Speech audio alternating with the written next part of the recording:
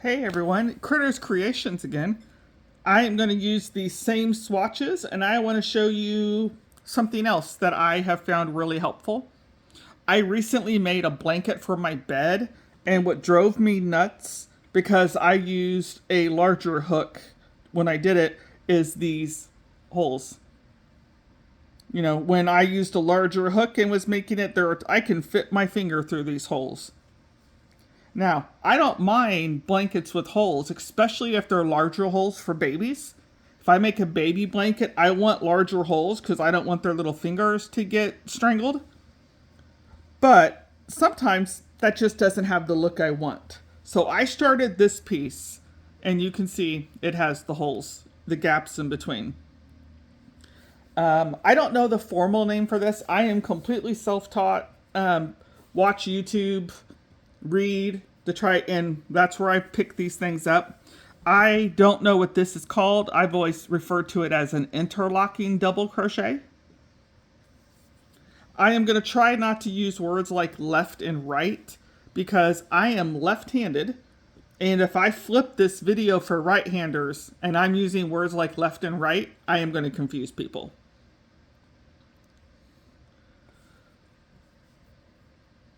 All right, so I'm going to go to my next row. I'm going to do a standing or a stacked single crochet. I have another video on that because I don't like to do the chain two, but that is completely up to you.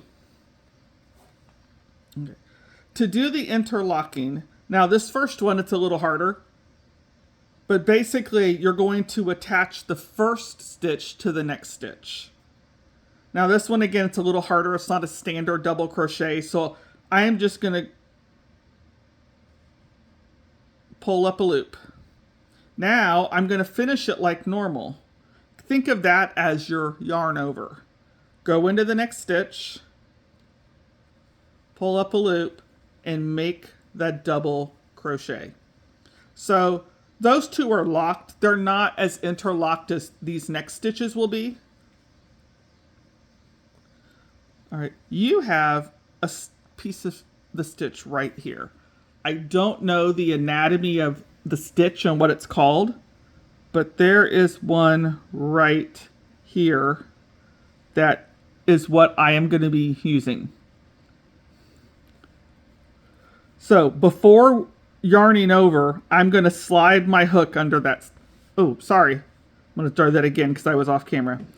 Before yarning over, I'm going to slide my hook under that piece of yarn. So this is basically the yarn over of a double crochet. Now I'm going to go into the next stitch and finish this double crochet. And those stitches are locked together. So I'm going to do it again. That piece of yarn is right there.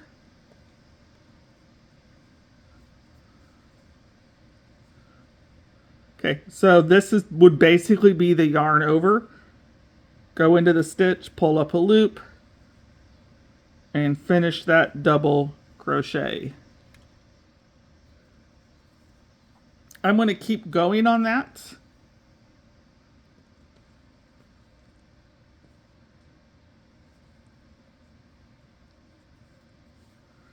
All right, slide the hook under, pull up a loop, into the stitch, and just finish that double crochet. So I think you can already tell a difference in that top row. They don't have as much give here, which means these are going to stretch. This will stretch. As I get a couple rows done on this next part, or these next ones, you will see the interlocking ones don't stretch as much. So let me finish this row, these last few stitches.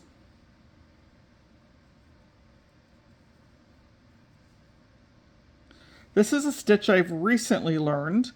I've done a lot of practice with it. I haven't been making a project that requires this. I was doing some cardigans that had some other stitch requirements, so it didn't need this. It's pretty much all half doubles. in singles. All right, so let me go into this.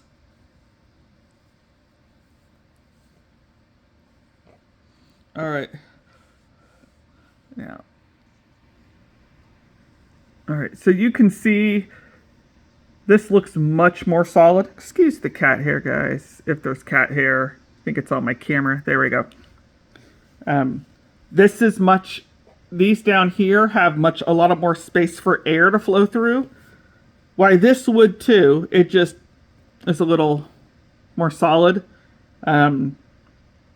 If I used this in a blanket, I would make sure there were some stitches that had some gaps in them, just to allow a little more air to flow through. But I do like how that is a little more solid of a stitch. All right. I have a video on my stacked single crochet because I don't like starting with the chain 2. If you look at, so I have a video on that. It should be up already, but this one I have not done a chain 2 at all. This one, every time I switched rows, or I went to a new row, I did a chain 2. Nothing wrong with it. It worked like that. I did that for probably 3-4 years. But I am self-taught, so that's how I learned off YouTube when I first learned. What I like about this one is the edges just seem a little straighter. These have a little more jaggedness. This doesn't. I've always hated trying to find that last stitch because how much it curves over. This does too, but sometimes if you just barely pull it, it lays flat. And then you can find that last stitch right there.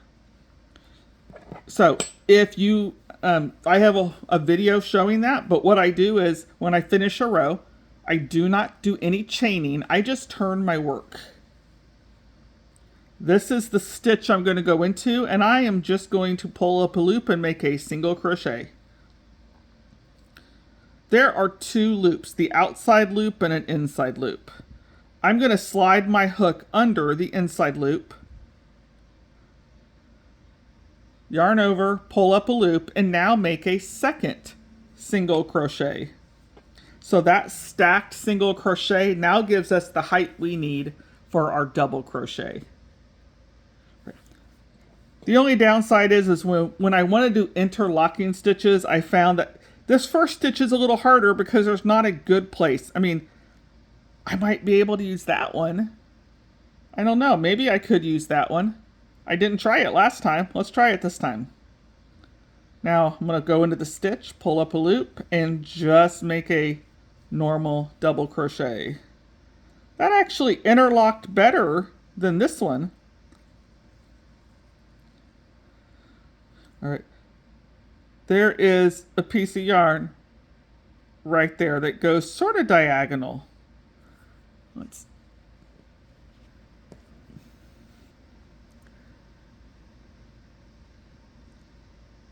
So it's that piece of yarn.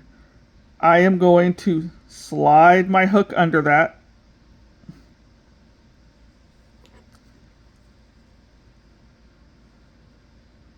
And pull up a loop. That would be considered the yarn over when you do a double crochet. But we're just not yarning over. So now I'm going to go into the stitch, pull up that loop, and finish your double crochet as normal. So I'm going to slide under that. Now go into the stitch.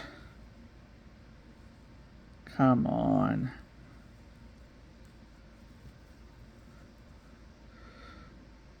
Slide under that, pull it up there. And I'm going to finish this row and I will be back. All right, so I am ready to do the last stitch in this row. And I mentioned I always had trouble with this. If I didn't get it in just the right stitch, I felt this gaped. I felt it would gape open. You can't even see that, goodness. I felt it would gape open if the stitch pulled in the wrong spot. So that was something else that I didn't like with that. Here, that is my last stitch. I don't have to hunt for it. It is still right there. That right there.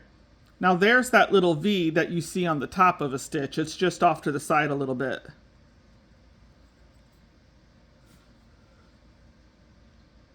So interlock it, go into this one, and finish that single crochet. So if I stretch it a little bit, you can see that those bottom rows have a lot more gap than the top. There's always going to be a little bit of space in yarn, but if you're making something where you don't want all of these spaces, interlocking stitches is the way to go. I don't typically do this with half doubles. I find the half doubles I don't have as big of a concern with. Doubles and triples, absolutely. And in fact, in a triple, you interlock it twice. Let me go to the next row and just do some triples. All right, so in my video about the stacked single crochet instead of chaining two, I did mention triples. So I'm going to make a single crochet, go under that inside loop, make another single crochet, and again there are two loops. I want to go under that inside loop and make a final third single crochet. So I haven't done this before in the beginning with a treble, but I know we're going to go in, pull up a loop. That would be our first yarn over. We're going to go in again, pull up a loop. That would be our second yarn over, and then we go into the stitch and we finish the triple.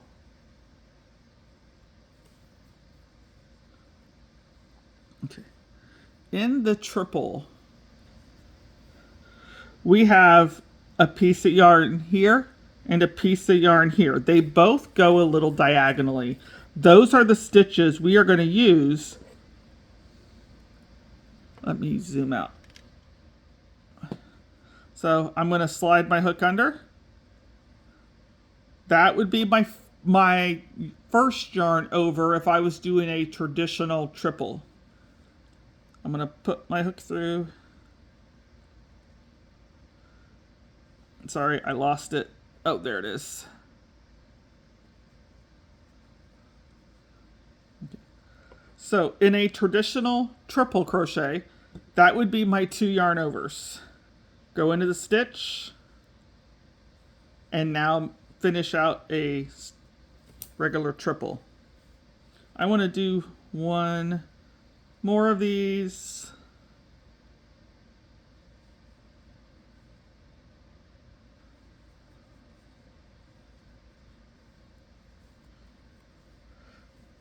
All right. I only have a few triples, but you can see even with the triple, they're interlocking.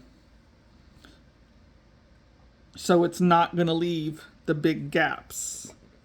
And if we want to compare them side by side, I can do some regular triples.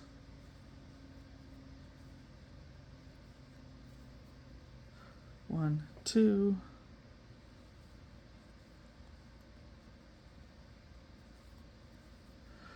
One, two.